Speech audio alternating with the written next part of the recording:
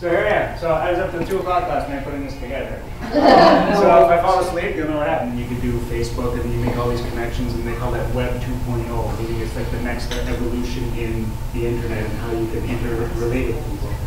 So I'm going to be talking about chiropractic 3.0 tonight. So the topic is actually going to be almost in 3 parts. You know, I went to the Canadian Model Chiropractic College and graduated in '94. And I practiced 1 year here in Toronto, and then I went to Italy for 15 years. Chiropractic did an awesome job. So he goes away, and then maybe in about 5 or 10 years, he goes, you know, I got the headaches again, the neck is hurting, and now my shoulders are hurting too, and then this is what the spine looks like after that. So that's not looking too good, right? So I'm going to keep going, and obviously this is way, way down the line. Okay, and this is very, not a good looking spine, obviously. Would everyone agree here that there's a healthcare crisis going on in the world? Pretty much. So I'm going to say a statement here.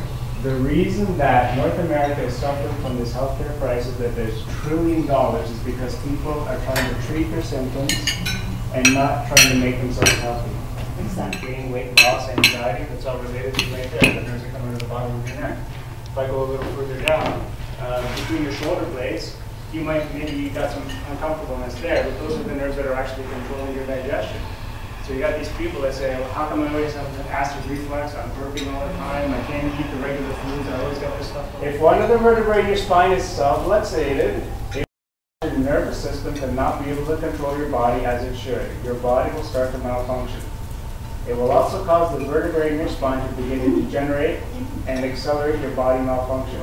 This is not a phenomenon. So I'm just going to show you what this looks like. This is one of the things when people come to my office, they get this done on the first visit so I can have a baseline measurement of how they're actually functioning. The length of these lines tell me how tight the muscle is on that side that it measured. Okay, so I'm measuring the right and the left, and I go down from the top to the bottom. So the longer the line, the more tense the muscle is on that side. So normally, the ideal would be green. Green is the right color for this scan. If you see pink, that means that there's a medium-high amount of tension in those muscles. And if you see red, that means those muscles are really, really tight. So if you look at this spine here, can you guys see that there's a big thing going that way? And there's a pretty big one going that way. All right? So this is a girl. So we did this scan on her. Now I looked at her spine, okay? Her shoulders were level, and if you look at her, everything looked in line.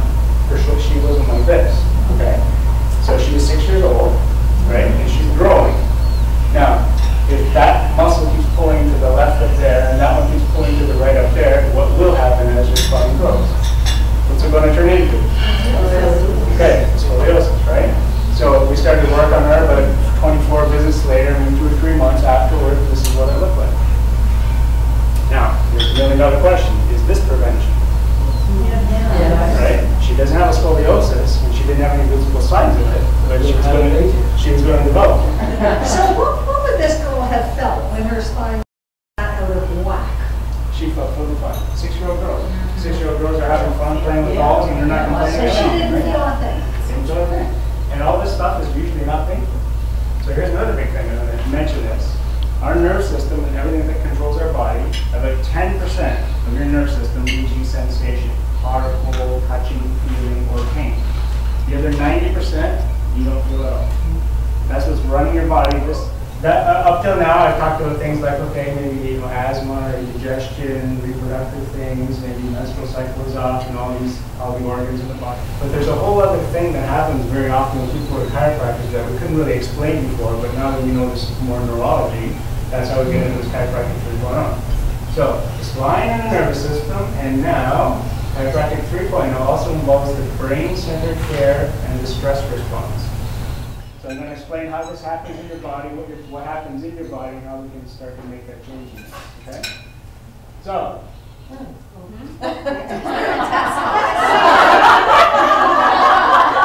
it's been grade 8 stuff. Now it's going to get a little more complicated. This is what I'm going to try to explain in simple. Your body doesn't want you to walk around like this, right? Because you need your eyes level with the ground. So then you do this. It'll curve your spine to keep your eyes level. That's the other biggest cause of scoliosis right there, is the vertical. I think most of the public actually knows that they should be going, but they just don't because maybe they're scared or they haven't found the right person maybe. So there's a whole new way of working with the spine, and we're doing the light touch thing. And what happens is it can cause massive changes in people's spines and nervous systems by touching the spine lightly at the right place. Okay? So the technique that I use in my office is called network spinal analysis. And this is a very, very specific type of chiropractic technique that doesn't involve any cracking. When people come to my office, I do about 13 or 14 neurological tests to see if they have nerve disturbance. And would you like to do one right now? Yes. Okay. So this is pretty simple, and this is what you can do on yourself and your kids to see if they might have some nerve disturbance. If your nerve system is imbalanced, your body will have a bit of imbalance. Now, when we have our eyes open, we can compensate for a lot of little problems. The second you close your eyes, that's when your nervous system has to work, because your brain has to know where your body is and it's all coming through your nerves. If your eyes are closed, then that's where we're really testing your nerve system. So let's all stand up and we'll do a nerve system test. So what happens, you're going to put one foot right in front of the other like this, so your heel and your toe is touching. It doesn't matter which foot you put in front of it. All right? If you're already falling over, that's not good. Okay, so I just did a general scan. So I'm actually going to do my first adjustment. I'm going to touch very, very lightly inside of her bone there, basically in the gluteal fold. And that sends a signal to her brain to pay attention to the spine and start developing that wave. This is called the respiratory wave, and this is unique in the healthcare arena. This is actually something that's new and it's developed by this technique. Can you all see the wave going through her spine? Can you see how that's moving all the bones in her back? Are you telling her to No, she's doing that on her own. It's just happening naturally. If I told her to stop, she could stop if she wants to. So that happens within the first couple of months in care usually. That's called the respiratory wave. Now this is, I'm holding the contact a little longer and I'm telling her brain to pay attention to the second bone in her neck. So this happens after a few months of care where the work gets a little more specific and I'm telling her brain to pay attention right there. Wow. So this is called the Somato psychic wave. The tension that she has inside her body is going to her brain and telling her brain how to fix her body. And so can you see that wave going through her spine? And there's a lot of movement right there. So we know that this helps decrease the stress response because it's sending all those yippee signals up to the brain, right? So it's making mobility through all the bones in her back, and she's doing that on her own, and she's very empowered. And very often when she's not in the office, she finds herself moving and breathing and stuff like that on her own. So she's not accumulating stress throughout her life. Such a wonderful thing for everyone.